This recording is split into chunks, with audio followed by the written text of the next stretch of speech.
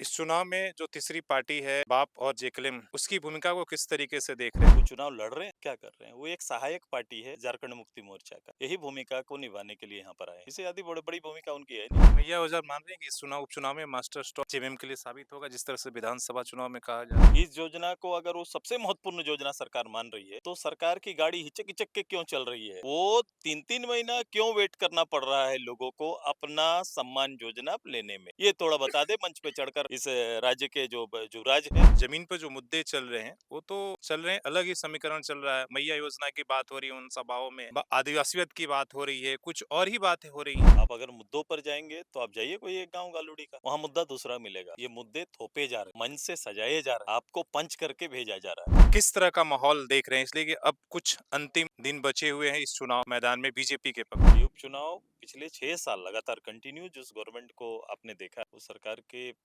जो नाकामियां है, केवल मैं एक दो गिनाने की आवश्यकता नहीं है। मैं पहला तो कहता हूँ कि जो लोग चेयर में होल्ड करते हैं, जो लोग लीडरशिप देते हैं, जो लोग राज्य का नेतृत्व करे, उनका एक परम दायित्व तो बनता है कि राज्य के प्रति जवाबदेह। ये गवर्नमेंट गैर जवाबदेह सरकार है, पहले भी बोला, और भ्रष्ट सर। ये दो बिंदु जो महत्वपूर्ण है, जिस पर हम घाटशिला की जनता से जनादेश चाहेंगे। नमस्कार, जोहार, घाटशिला इस उपचुनाव में आपका स्वागत है। हमारे साथ आजसू के सुप्रीमो सुदेश महतो हैं। सीधे सवाल घाटशिला चुनाव में प्रचार के लिए यहाँ पर गांव-गांव यात्रा कर रहे हैं। किस तरह का माहौल देख रहे हैं, इसलिए कि अब कुछ अंतिम दिन बचे हुए हैं इस चुनाव मैदान में बीजेपी के पक्ष में। तो घाटशिला उपचुनाव मात्र केवल एक विधानसभा का चुनाव नहीं है, जैसे मैं पहले भी बोला हूँ।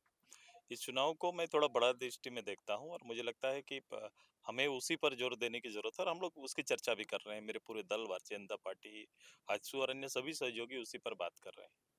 ये उपचुनाव पिछले 6 साल लगातार कंटिन्यू जिस गवर्नमेंट को आपने देखा है, उस सरकार के खिलाफ में, उस सरकार के जो नाकामियां हैं, केवल मैं एक दो गिनाने की आवश्यकता नहीं है। मैं पहला तो कहता हूँ कि जो लोग चेयर में होल्ड करते हैं, जो लोग लीडरशिप देते हैं, जो लोग राज्य का नेतृत्व करे, उनका एक परम दायित्व तो बनता है कि राज्य के प्रति जवाबदेह। ये गवर्नमेंट गैर जवाबदेह सरकार है, पहले भी बोला, और भ्रष्ट सरकार है। ये दो बिंदु जो महत्वपूर्ण है, जिस पर हम घाटशिला की जनता से जनादेश चाहेंगे। क्योंकि वो जनादेश ये सोच के देंगे कि मेरे गांव का, मैं अपने ब्लॉक का, या फिर घाटशिला के लिए वोट कर रहा हूँ। मुझे लगता है कि ये वोट वो लगातार करते आए हैं, इस बार भी करेंगे। लेकिन इस बार के वोट का पैमाना बदलेगा। ऐसा हो सकता है कि केवल घाटशिला का उनका दिया वोट पूरे राज्य के लिए एक संदेश बन सकता है। ये अवसर से को नहीं गंवाना चाहिए, और इसी को मानक रख के वोट होना चाहिए। ये मेरी अपील है। जिन मुद्दों को आप चाह रहे हैं कि भी सरकार के 6 साल के जो कामकाज को ध्यान में रख के, लेकिन जमीन पर जो मुद्दे चल रहे हैं वो तो चल रहे हैं, अलग ही समीकरण चल रहा है। मैया योजना की बात हो रही है उन सभाओं में, आदिवासियत की बात हो रही है, कुछ और ही बातें हो रही हैं। तो मुद्दे उसमें चल विकास कहाँ है? मुद्दे चल नहीं रहे।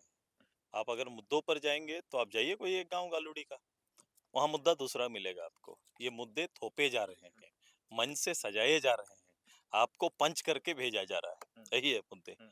जो मुद्दे, आप उसको मुद्दे कहते हैं जो लीडर आके मंच में चर्चा भाषण करके जो चले जाते हैं।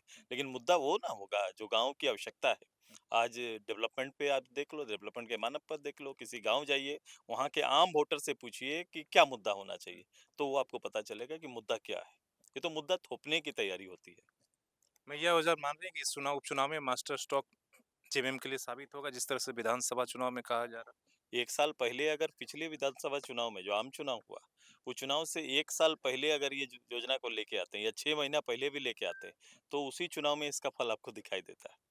ये सरकारी खर्च पर लड़ा गया चुनाव था, ये सरकारी खर्च पर लड़ा गया चुनाव था, और ये कंटिन्यू 12 मंथ का रिजल्ट देना, 12 महीना होने चले हैं उनके, 1 साल होने चला है। इस योजना को अगर वो सबसे महत्वपूर्ण योजना सरकार मान रही है, तो सरकार की गाड़ी हिचक-हिचक के क्यों चल रही है?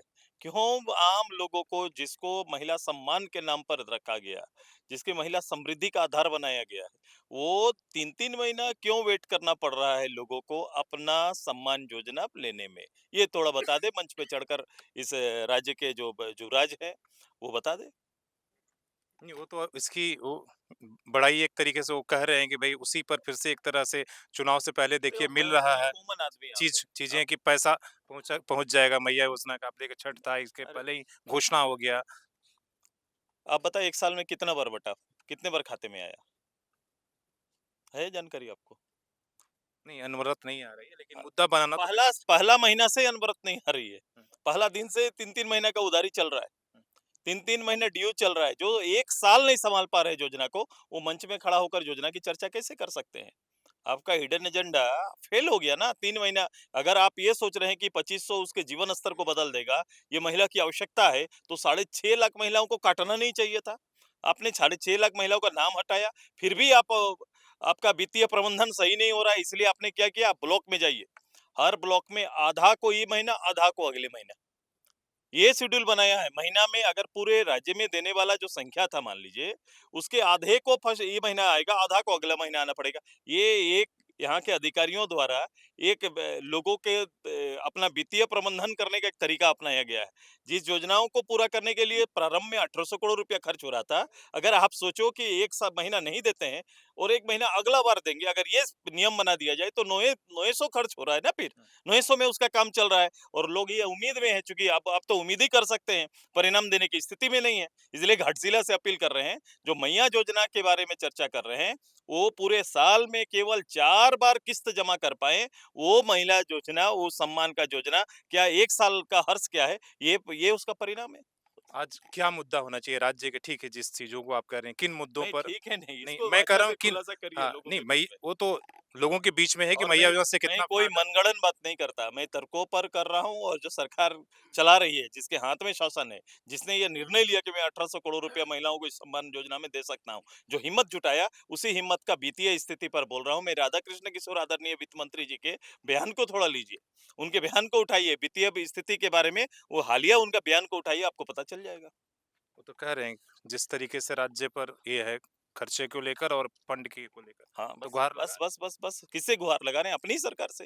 वो बयाँ दे रहे बयाँ कर रहे हैं, जो हम लोग बात कर रहे हैं तो आरोप होगा, भाजपा बोले तो आरोप होगा, लेकिन वित्त मंत्री का जवाब तो देख ले। हैं। सवाल ये है कि जिस तरह से रोज़गार के मुद्दे पर हर कोई मानता है कि भई जिस तरह के वादे किए गए थे, वो चीज़ें नहीं पूरा हुआ। लेकिन विपक्ष इन मुद्दों को लेकर सरकार को घेरने में क्या असफल रही है या मुद्दे बना नहीं पा रही है, युवाओं की भावनाओं को समझ नहीं पा रही है? नहीं, नहीं, युवाओं की भावना कौन युवा कहेगा मुझे रोज़गार नहीं चाहिए, बता दीजिए?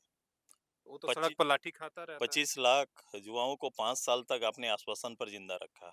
आपने वायदा किया कि 25 लाख 5 साल 5-5 लाख करके हम नौकरी देंगे। आप छठवां साल में प्रवेश कर गए, नौकरियां हैं, रिक्तियां हैं, नौकरी नहीं दे पा रहे हैं। आप जानते हैं नौकरी अगर दे देंगे तो वित्तीय बोझ पड़ेगा, क्योंकि आपने सारा खर्चा डाइवर्ट कर दिया है दूसरे योजनाओं में। तो आपको तो आप जानबूझ के नहीं कर रहे हैं, उनके भविष्य के साथ खेल रहे हैं। इससे बड़ा अपराध क्या हो सकता है? राज्य के युवाओं के साथ आपने जो भविष्य के साथ खेला है, इससे बड़ा अपराध कुछ भी नहीं हो सकता एक सरकार का। इस चुनाव में जो तीसरी पार्टी है, बाप और जेकलिन, उसकी भूमिका को किस तरीके से देख रहे हैं? इसलिए कि उनका निशाना पर आँसू रहती है हमेशा हर जगह।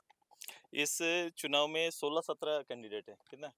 एक बड़ी पार्टी चुनाव लड़ रही है बीएसपी, जो नेशनल कभी पार्टी हुआ करती थी, अभी चुनाव वो भी लड़ रही है। इसके साथ आप भी पार्टी लड़ रही है और कई और पार्टियां लड़ रहे हैं। सभी अपने-अपने छोटी पार्टियां भी अपना उद्देश्य के साथ आती है चुनाव में। कुछ लोग चुनाव में भाग लेने के लिए भी आते हैं। चुनाव है तो कुछ ये पार्टियां जो है, इसके लिए कोई राज्य का एजेंडा नहीं है, वो इलेक्शन में भाग लेते हैं ताकि उनकी पार्टी का ये इलेक्शन लड़ने के लिए जो मानक और आधार है उसको पूरा कर सके। मैंने कुछ दल इस रूप से भी लड़ते हैं। जेकलिन को कहा, जेलकेम को, मैं सबके लिए कह रहा हूँ। कई पार्टियां इस रूप से भी चुनाव लड़ती है। उनको और खतरा मानते हैं अपनी पार्टी के लिए? किसको?